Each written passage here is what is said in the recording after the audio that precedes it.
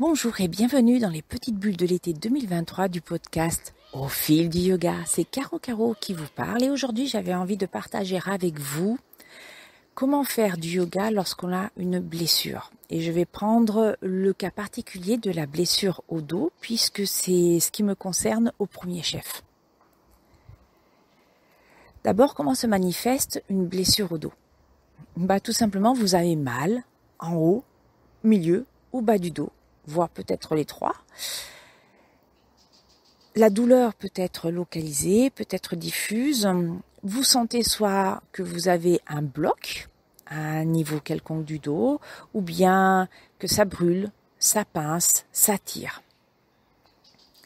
Cela peut être handicapant et cela nécessite une attention particulière parce que le mal de dos est qualifié comme étant un des grands mals du siècle et est aggravé par les diverses positions que nous adoptons dans notre vie quotidienne, qui est de plus en plus sédentaire et assise sur une chaise avec un ordinateur soit en face des yeux, soit la tête penchée en avant sur une tablette ou un téléphone. Je vous invite à regarder comment vous vous tenez là maintenant actuellement, à regarder le positionnement de l'arrondi de vos épaules et du cou et de la tête. Malheureusement, bien souvent, vous verrez que nous avons les épaules qui tombent légèrement vers l'avant avec un cou qui fuit vers l'avant. Donc, à une certaine arrondi du dos. Ce n'est pas une posture normale. Celle-ci est facilitée donc par notre travail sédentaire où nous avons le cou penché en avant sous le poids des tâches, mais aussi parce qu'en fait nous adoptons cette posture qui nous semble facile et qui nous fait du bien parce qu'elle ne sollicite pas le bas du dos. Mais en fait c'est une mauvaise posture. Pour tout ce qui est travail de force, le fait de soulever des charges aussi va entraîner une surutilisation des grands muscles du dos, dont le muscle trapèze qui part dans le cou, qui va jusqu'au milieu du dos et qui englobe les muscles, ce qu'on appelle la coiffe des rotateurs des épaules. Et donc, nous pouvons aussi avoir mal à cet endroit-là.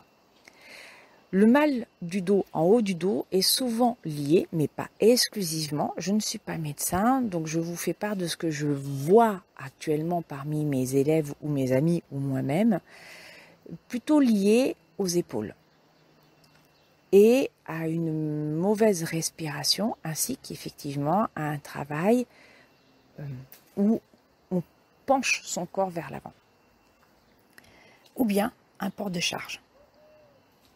Deuxième localisation, le milieu du dos, ce sera certainement dû à une faiblesse au niveau des scapulas, des omoplates. Troisième niveau, le bas du dos, avec soit un problème de pincement du nerf sciatique, avec un disque qui se trouve entre les deux vertèbres qui sort légèrement, qui va irriter ce nerf sciatique, légèrement ou beaucoup d'ailleurs. Un problème à l'articulation sacro-iliaque. Cette articulation sacro-iliaque, c'est quoi ? C'est ce qui permet la mobilité du bassin et qui relie la colonne vertébrale, le bas de la colonne vertébrale, le sacrum, avec les deux os de votre bassin. Ça peut aussi éventuellement être lié à un problème de genou. Pensez que le bassin est en fait une articulation d'abord qui supporte une grande partie du poids du corps, première chose. Et puis c'est la charnière entre le bas du corps et le haut du corps. Beaucoup de gens souffrent de sciatique ou de cruralgie. Alors la cruralgie, c'est parce que c'est le nerf crural qui est engagé. Les symptômes sont quasiment les mêmes que ceux d'une sciatique. on peut parfois confondre la sciatique avec un syndrome du piriforme.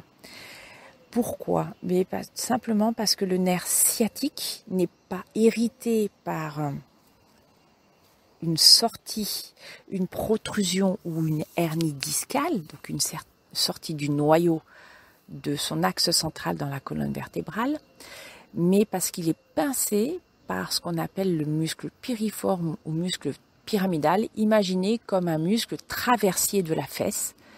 C'est un rotateur externe de la hanche, ce qui vous permet donc de tirer la hanche sur le côté lorsque vous le contractez. Cette contraction, si elle est trop intense, peut pincer le muscle sciatique. Alors, pourquoi on mélange? Parce que les symptômes sont les mêmes, parce qu'il faudrait faire une échographie systématique de la fesse pour savoir ce qu'il en est, parce que nous ne sommes pas tous faits de la même façon. Certaines personnes auront le nerf sciatique qui passe à l'intérieur du muscle piriforme, parce qu'en fait, c'est pas un seul muscle, enfin un seul morceau, c'est au moins 2 morceaux. Et donc, il se peut que le nerf sciatique passe au milieu. Mais il y en a d'autres, ça va passer par en dessous. Donc voilà, on est un peu tous différents. C'est intéressant de savoir pourquoi on souffre. Donc la première indication que je vous dirais avant toute chose, c'est d'aller voir un médecin. Et éventuellement faire une imagerie de votre dos pour savoir d'où ça vient. Afin de savoir ce qu'il est possible de réellement faire. C'est assez intéressant de savoir pourquoi on souffre de manière mécanique. Parce que si ce n'est pas mécanique, ce sera psychosomatique. Et la partie psychologique, elle est aussi importante dans le traitement, même si c'est mécanique d'ailleurs, dans le traitement de nos maux.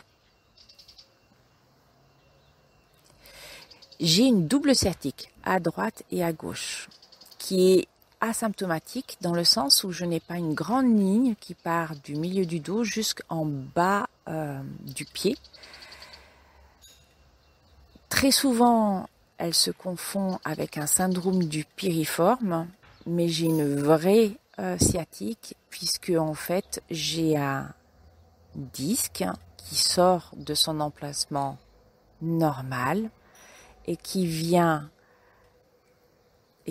irriter le nerf sciatique.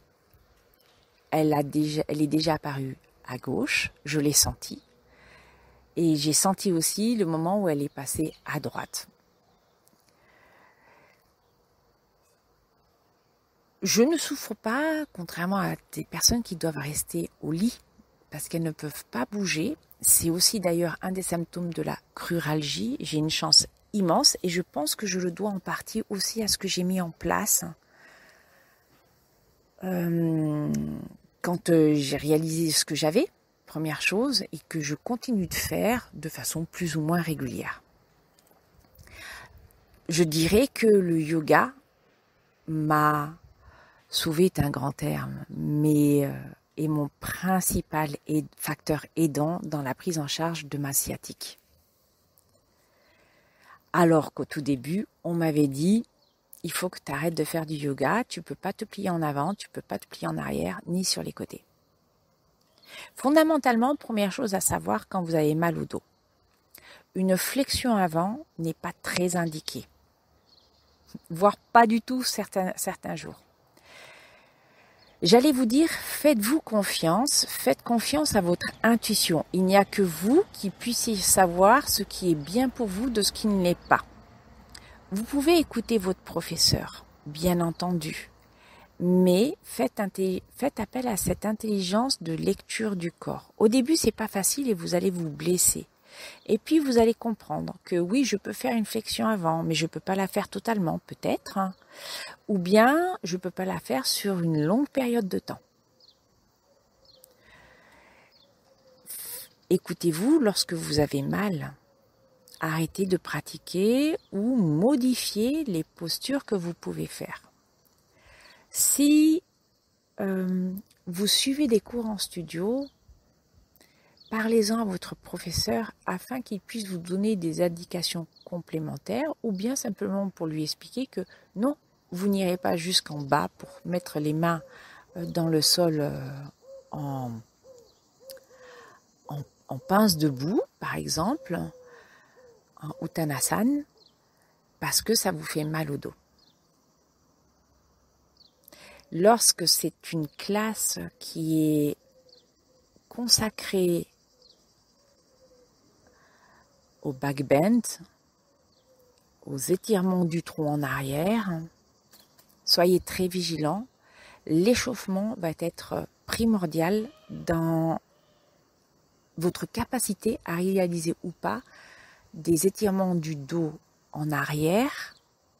Et peut-être qu'il faudra ne pas aller jusqu'à la roue, par exemple. L'intelligence du corps est un facteur essentiel sur la voie de votre guérison. Donc le médecin, votre écoute. Bien entendu, ne pas hésiter à aller voir non plus un ostéopathe.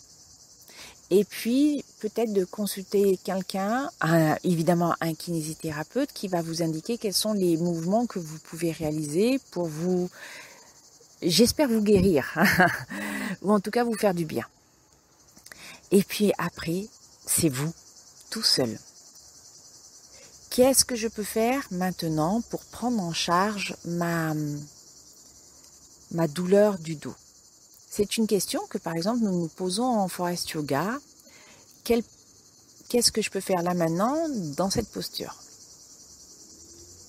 Après une longue réflexion et une analyse de ce qui me fait mal, de ce qui ne me fait pas mal, j'en ai conclu que je devais exclure certaines postures de ma pratique, en faire certaines qu'à certains moments, faire des flexions, ce que je vais appeler basiquement des flexions arrière, des étirements du tronc vers l'arrière, que après un long échauffement et beaucoup d'abdos. D'abord, la prise en charge lorsque j'ai mal. Ce qui est le cas actuellement, j'ai un bloc au bas du dos. J'ai pas une douleur, j'ai tous les jours une douleur dans la cuisse, donc j'ai vraiment pris l'habitude de celle-ci. La respiration, premier élément, d'ailleurs qui devrait être l'élément central pour toute personne, qu'elle ait mal ou pas, et quel que soit l'endroit où elle est mal. Une respiration profonde. Qu'est-ce que ça veut dire? Mettez une main sur le ventre et sur la poitrine, vous devez sentir que vos deux mains bougent, même un tout petit peu. Puis, une respiration pleine dans la cage thoracique. Cette fois-ci, les deux mains de part et d'autre de la cage thoracique, ou si c'est difficile pour vous, croisez les bras devant la poitrine, les mains sous les aisselles par exemple. Vous devez sentir que ça bouge là aussi. Petite indication, imaginez que vous respirez dans vos mains. Pourquoi la respiration? La respiration est l'aliment naturel du corps. C'est ce qui nourrit le sang. L'oxygène est transporté dans le sang. Ce sang, ça nourrit vos muscles. L'oxygène va dans le sang. Le sang, c'est l'aliment de vos muscles. Si on a un corps contracté, donc des muscles courts, imaginez un ballon quand il n'y a plus d'air du tout. C'est tout petit, c'est tout fin, c'est rikiki, c'est faible. C'est votre corps. Imaginez par contre un ballon qui n'est pas rempli d'oxygène au point d'en craquer, mais c'est malléable. On sent que c'est homogène, que c'est dynamique. C'est votre corps. Une respiration complète. Sachez que dans une journée, on ne respire jamais complètement, à moins de faire tout le temps du yoga. Pourquoi? Et encore, il faut avoir réalisé la façon dont on respire. Donc, dans une journée, prenez le temps d'arrêter tout ce que vous êtes en train de faire. Corrigez d'abord votre posture. Au besoin, utilisez le siège le dos d'un fauteuil ou un mur pour empiler votre colonne vertébrale correctement et l'arrière de la tête le plus possible dans l'alignement du sacrum. et respirez 3 minutes, mais régulièrement. Et rendez-vous compte de ce que ça produit dans votre corps quand vous respirez, j'allais dire en conscience du coup, et quand vous respirez de façon autonome. Observez-vous quand vous êtes en train de respirer. Est-ce que vous inspirez avant de parler? Ou est-ce que vous débutez sans respirer toute une longue phrase? C'est un signe. C'est aussi un signe de nervosité d'ailleurs, même si vous n'avez pas l'impression d'être stressé. Bref, observez-vous. Deuxième chose, foutez-vous la paix, évitez de transporter trop de choses sur le dos et d'endosser trop de responsabilités. Je vous donne un autre exemple. C'est la période où on peut demander une promotion. Je peux prétendre à une promotion parce que c'est dans l'ordre naturel des choses, de ma progression au sein de l'administration. Mais je n'en vois pas l'intérêt. Mais il y a une certaine pression de vouloir faire comme les autres, naturellement. Pourquoi ? Parce qu'on vous dit que c'est normal de progresser, de prendre des responsabilités supplémentaires. J'en ai déjà suffisamment. Très honnêtement, j'en ai déjà suffisamment. Donc c'est quoi ? C'est un bout de papier. Donc pour moi, à l'heure actuelle, je me fous la paix. J'ai pas envie, pour plein de raisons.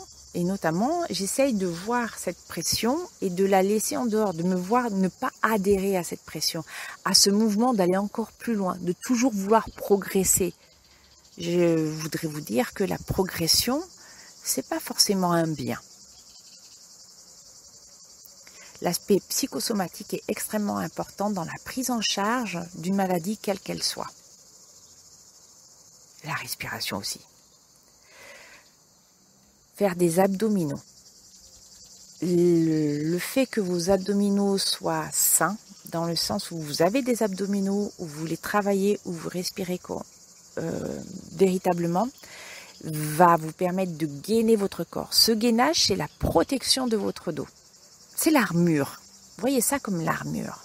C'est pas une armure dure qui va vous empêcher la mobilité. Bien au contraire. Les abdominaux vont vous permettre justement toute cette mobilité d'avant, de flexion en avant, en arrière et sur les côtés.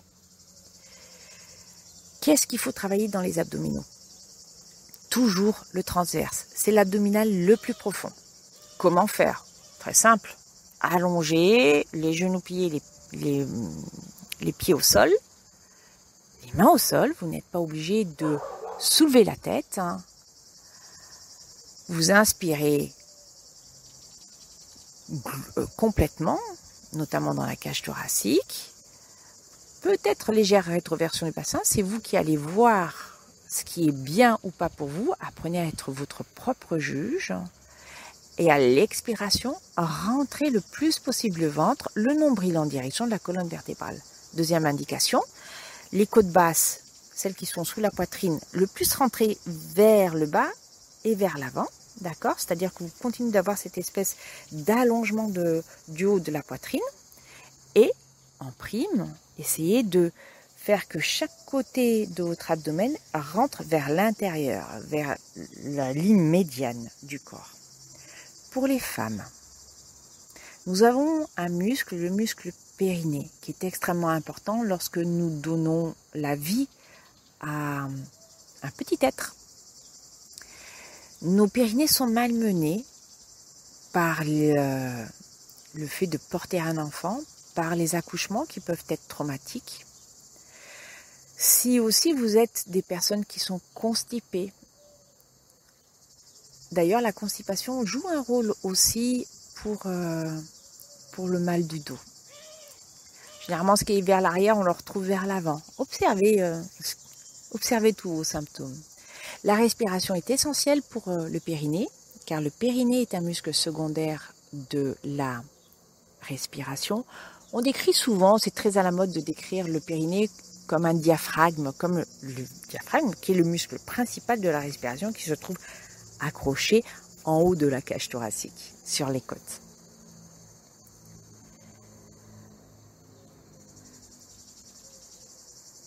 C'est l'expiration, c'est d'ailleurs les abdominaux qui provoquent l'expiration. C'est parce que vous rentrez le ventre que vous expirez. Pourquoi? Les abdominaux rentrant à l'intérieur, sur les côtés, vont repousser le diaphragme vers le haut, permettre aux poumons en fait de dépressuriser, de faire sortir l'air. C'est beau la mécanique interne du corps. Le muscle transverse. Les muscles obliques, les obliques internes et les obliques externes, pour cela, vous êtes toujours allongé sur le sol, vous pouvez toujours avoir la tête toujours dans le sol, vous prenez une brique, cette fois-ci les pieds ne sont pas dans le sol, ils sont soulevés, vous mettez une brique sur une cuisse et l'avant-bras du même côté sur la brique, vous poussez la brique contre la cuisse contre la brique. À l'expiration, vous rentrez le ventre. Vous travaillez les obliques internes. Quand vous êtes l'avant-bras avec la cuisse opposée, vous travaillez les obliques externes. Les obliques sont très importants. Enfin, si vous avez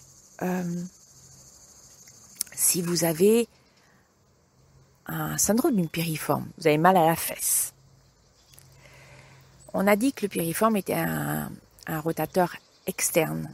Donc, il va falloir travailler le mouvement opposé. Pour cela, vous faites une rotation interne de la cuisse. Rotation interne de la cuisse. Vous voyez que le haut de votre cuisse qui roule vers l'intérieur. Ça veut dire que le genou est plutôt vers l'intérieur, le pied vers l'extérieur. Vous pouvez laisser le pied ici ou rajouter un petit étirement, ce qui est très bien pour continuer d'étirer les muscles abdominaux. Et vous allez poser lentement le talon dans le sol. Donc c'est une rotation interne de la cuisse. Vous faites ça régulièrement. La tête posée dans le sol, les deux bras tendus vers le plafond et à chaque expiration, vous poussez les mains vers le sol.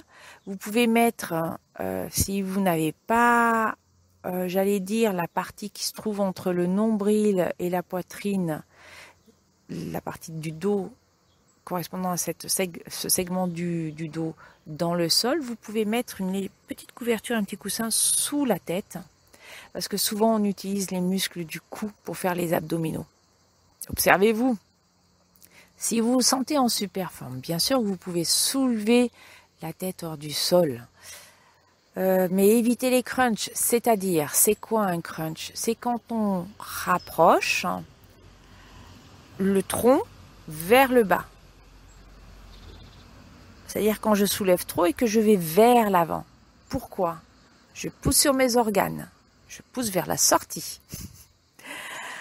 Si vous soulevez la tête, il est extrêmement important d'étirer l'arrière de la tête pour rentrer un tout petit peu le cou, ce qui va neutraliser une partie de la pousser vers le bas. Deuxième chose, ne jamais projeter votre poitrine vers l'avant. C'est vers le haut, au-dessus.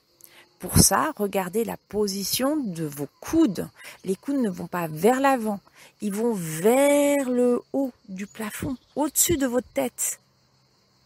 Donc quand on fait par exemple on travaille sur les obliques, donc un coude vers le genou. C'est pas le coude qui va vers l'avant, c'est le genou qui remonte vers l'avant. Et le coude, lui, il va simplement en direction du genou, mais vers le haut, donc légèrement sur le côté. Voilà, ça c'est mes indications pour le périnée, extrêmement important.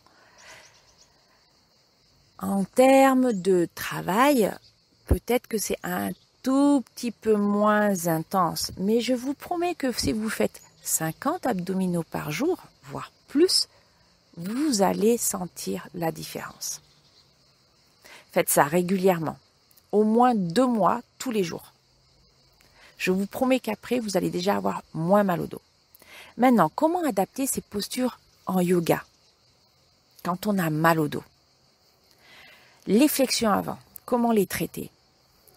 La flexion avant, la pire, c'est quand on est assis. C'est là où on tire le plus, où on déforme en fait le bas du dos.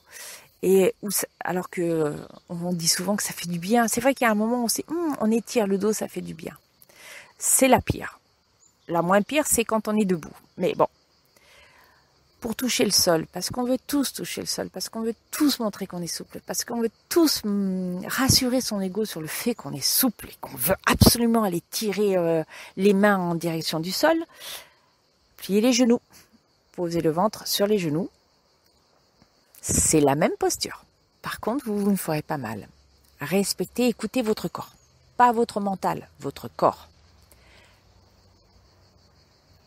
Utilisez des accessoires, les blocs, le mur. Une flexion avant, c'est quoi? C'est un étirement du dos et un étirement des ischio-jambiers. Dites-vous bien que si vous avez mal au dos, vos ischio-jambiers vont vous faire mal. Or, on ne veut pas se faire mal quand on pratique le yoga. Si vous souffrez dans une posture, c'est pas bon du tout. Alors, faisons une différence entre souffrance, parce que vous avez mal, et souffrance parce que ça brûle, parce que c'est intense. C'est deux choses différentes. Si vous avez mal, sortez de la posture. Même si le prof vous lance un regard noir, hein. Le prof, c'est pas lui qui va vivre avec la douleur, d'accord? C'est vous qui êtes seul juge. Adaptez vos postures. J'ai une élève qui, je voyais que ça allait pas du tout dans les postures. Je lui ai proposé une modification. Elle me dit, oh, c'est super. C'est la première fois qu'on me dit que je peux faire comme ça. Alors là, je suis tombée. Je sais bien que c'est pas le très orthodoxe, mais il y a un moment, faut arrêter. Si c'est pour faire du yoga et vous faire mal, non. Vous faites du yoga pour vous faire du bien. C'est la première chose. On ne cherche pas une dissonance du corps. On cherche justement une unité du corps avec l'esprit. En partie, d'accord? Il n'y a pas que ça, mais en partie. Sur les flexions arrière, je dirais travaillez lentement, tranquillement, utilisez bien votre respiration toujours. Visualisez toujours votre bas du dos. Est-ce que votre bas du dos est prêt à faire une flexion, une extension du tronc vers l'arrière? Oui, faites-la. Non, ne la faites pas. Et surtout, après avoir fait des extensions du tronc en arrière, vous faites des abdos. Pourquoi? Parce qu'on vient d'entamer un tout petit peu la cuirasse du dos. Donc il faut la reconstruire. Vous allez voir la différence. Et puis, n'hésitez pas à coller vos jambes contre un mur en Shavasana.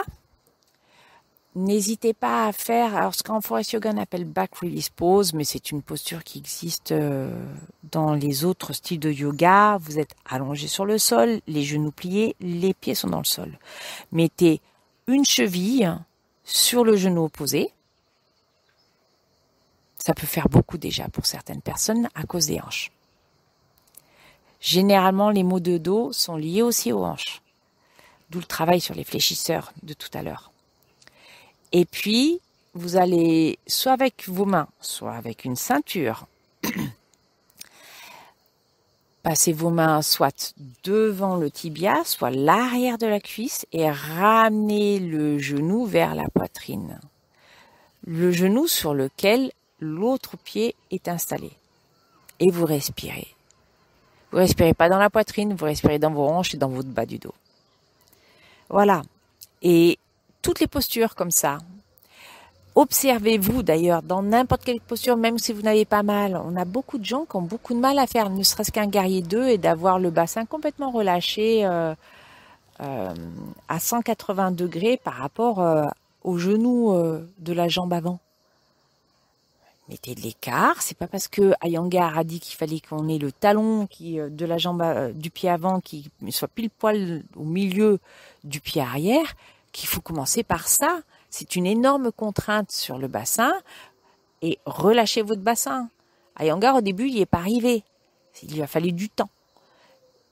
Et quand bien même, nous ne sommes pas tous faits pareil. C'est ce que j'aime beaucoup chez Desi Kachar. C'est une phrase qu'il a écrite dans un de ses livres. Je crois que c'est Le cœur du yoga.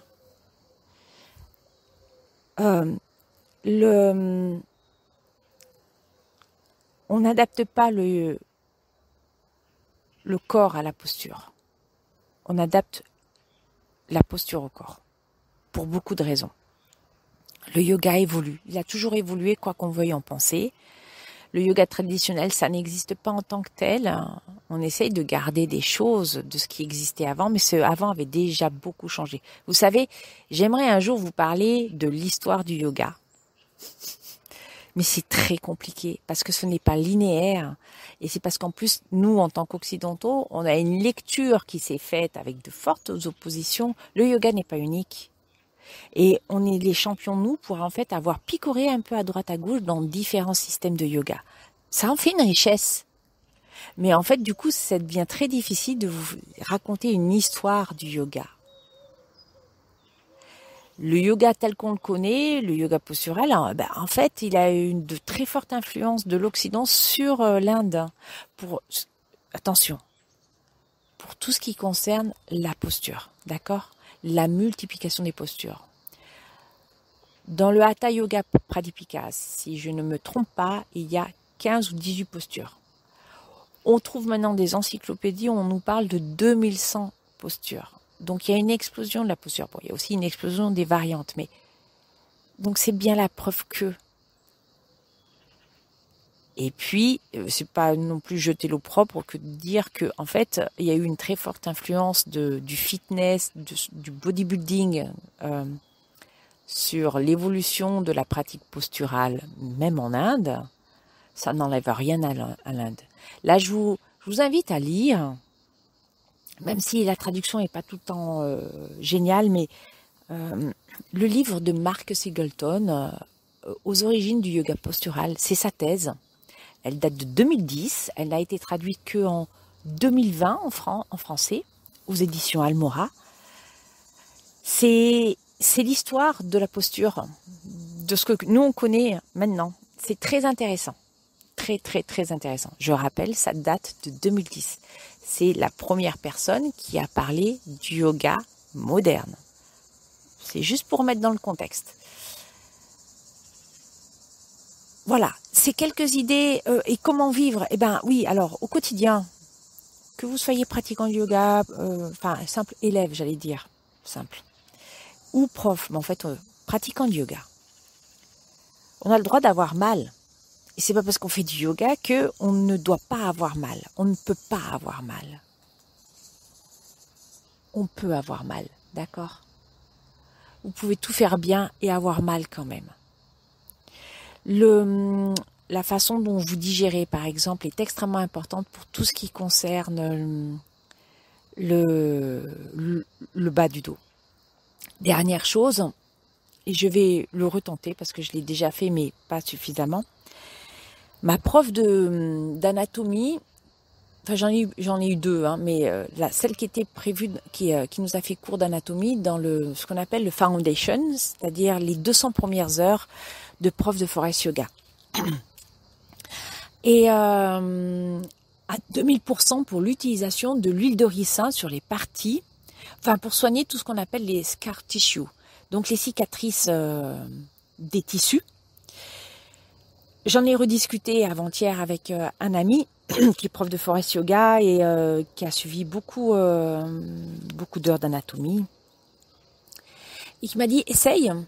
Et ce que tu peux faire, c'est mettre simplement, donc imbiber par exemple un tissu avec de l'huile de ricin, le poser soit sur le ventre, soit sur le bas du dos, et de mettre une bouillotte d'eau chaude dessus pour voir ce qui se passe. Dernière chose, la localisation. Je vous parle de sciatique. Je sais où j'ai mal. Mais j'ai pas forcément mal au bas du dos. Et là, actuellement, on est en train d'explorer, en fait, les relations avec mon sacrum, parce qu'il se pourrait bien qu'une partie de mes problèmes soit dans mon bassin. Donc, je vais explorer l'utilisation de l'huile de ricin. J'utilise actuellement une bouillotte d'eau chaude, même en plein été, que je dépose et sur laquelle en fait je m'endors très vite. D'ailleurs, c'est assez marrant de voir aussi ce qui se passe.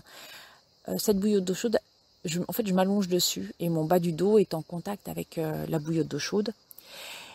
Et la première chose que ça a créé, c'est une très grande fatigue. à tel point que je m'en suis endormie en 5 minutes les 4 premiers soirs, après avoir mis cette bouillotte, avec ce sentiment d'être engluée dans de la fatigue. J'en sors tout juste. C'est assez intéressant. Je vous invite à expérimenter certaines choses simples. N'allez pas voir des marabouts, d'accord ? C'est très important parce que quand on a mal, et j'en sais quelque chose, on cherche une solution.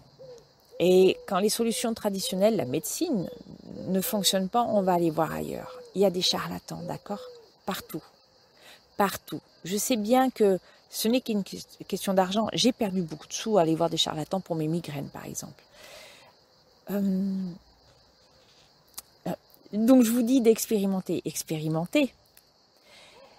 Mais faites appel aussi à votre intuition et à votre vivacité d'esprit, à votre intelligence, d'accord ? Ne croyez pas tout ce qu'on vous dit. Essayez déjà tout ce qui est gratuit. Ce que je viens de vous dire, c'est gratuit. À part acheter l'huile de ricin et une bouillotte si vous n'en avez pas. Tout le reste, vous pouvez le faire tout seul. Et pour les Marseillais, suivez mon actualité. À la rentrée, je vais recommencer à faire des ateliers et je vais avoir un atelier spécialement dédié à la respiration et un atelier spécialement dédié au dos. Je vous souhaite une excellente journée et je vous dis à très bientôt. Une dernière chose, n'hésitez pas à parler du podcast autour de vous. Merci beaucoup.